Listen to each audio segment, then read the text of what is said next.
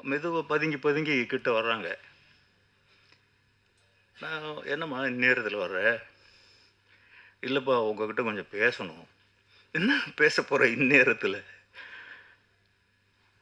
"இல்ல செல்வா அண்ணா ஒரு கதை சொன்னான்.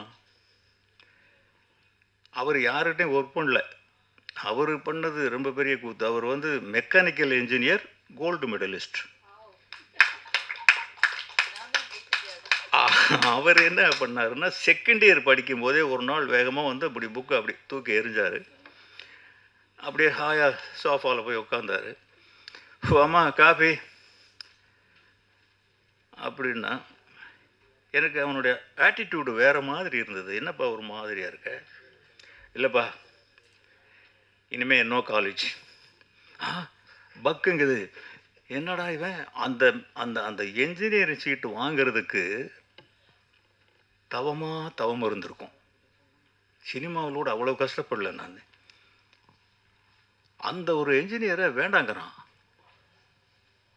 "ஏன்பா? இனிமே என்ன பண்ண போற?"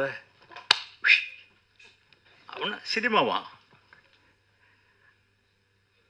அப்புறம் என்னமோ நான் ரொம்ப கோவக்காரன். எனக்கு அன்னைக்கு கோவம் வரல. கொஞ்சம் அப்படியே கண்ட்ரோல் பண்ணிட்டு, பையன் வேற மாரி இருக்கான் கேட்கணும். "எதுக்குப்பா சினிமா?" "இல்லப்பா எனக்கு மைண்ட்ல அதான் இருக்கு. படிப்புல கான்சன்ட்ரேஷன் இல்ல." அப்புறம் கொஞ்ச நேரம் மூச்சு வாங்கிக்கிட்டு சொன்னேன். "இல்ல தம்பி,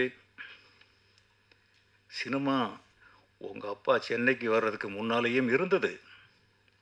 உங்க அப்பா காலத்திலயும் இருக்கு. உங்க அப்பாவுக்கு பின்னாலேயும் இருக்கும். ஆனா படிப்பு அப்படி இல்ல ராஜா. நீ எங்க போனாலும் உனக்கு பின்னால ஒரு டிகிரி வேணும். எப்படி என்னுடைய இனிஷியல் கேன்னு முன்னால போடுறியோ, அது மாதிரி உன் பேருக்கு பின்னாலேயும் 2 எழுத்து இருந்தா தான் உனக்கு மரியாதை கிடைக்கும். அத நீ வாங்கு. நானே உன்னை சினிமால கொண்டு போறேன்னேன்." பொய் தான் சொன்னேன். 100க்கு 100 200% பொய். எப்படியாவது அவன காலேஜுக்கு போக வைக்கணும். மறுநாள்லேருந்து பேசல. புக் அவுட் தான் காலேஜுக்கு போனான், வந்தான், போனான், வந்தான், போனான், வந்தான். மெரிட்ல பாஸ் பண்ணிட்டான்.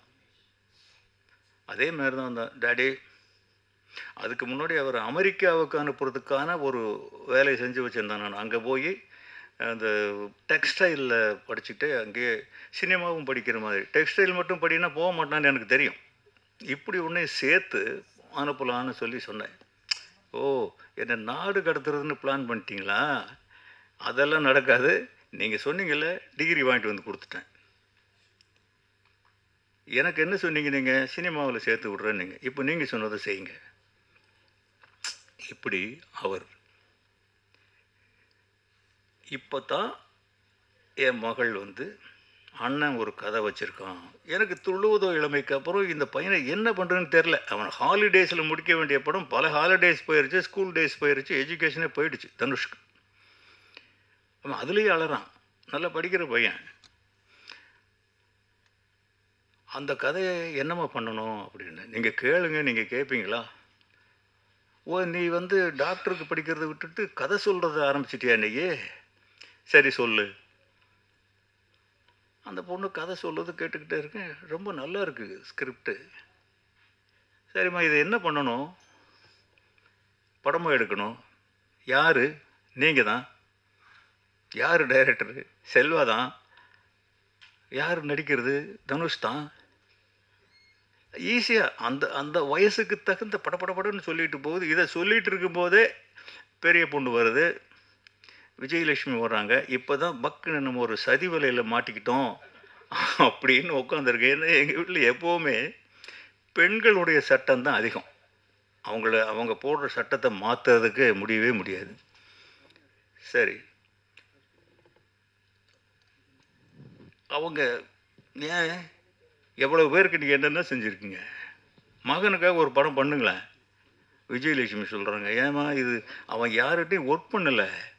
இந்த படம் எடுக்கணும்னா ஒரு ரூ. 4,00,00,000 தேவைப்படும். எப்படிம்மா எடுக்கிறது? அவன நம்பி போடுறது. பெரிய பொண்ணு சப்போர்ட் பண்றாங்க. இல்லப்பா அவன் பண்ணிடுவான். எங்களுக்கு நம்பிக்கை இருக்கு. ரொம்ப நல்லா சொல்றான். ஃபுல்லா எழுதி வச்சிருக்கான். என்னடா இது? இப்ப என்ன முடிவு எடுக்கிறது? அப்போ விஜயலட்சுமி கேட்குறாங்க, இப்போ எவ்வளோ கடன் இருக்கு? இருக்கும் ஒரு 2 1/2 3 கோடி ரூபா இருக்கும். இந்த படம் எடுக்கிறதுக்கு 4 கோடி ஆகும். பெத்த புள்ள தானே, கடன் வாங்குங்க. அந்த மாதரசி சொல்கிறாங்க, கடன் வாங்குங்கன்னு. சரி, கடன் வாங்குறதுன்னு முடிவு பண்ணோம். ஒரு காதல் கொண்டேன் வந்தது. செல்வராகவன் ஜெயிச்சாரு, தனுஷ் ஜெயிச்சாரு. என் குடும்பமே அந்த படத்தில் தான் நின்னது. இன்னைக்கு இங்கே நிற்கிறதுக்கு காரணமே அந்த படம் தான். இதுக்கெல்லாம் காரணம் சினிமா அறிவில்லை, கல்வி.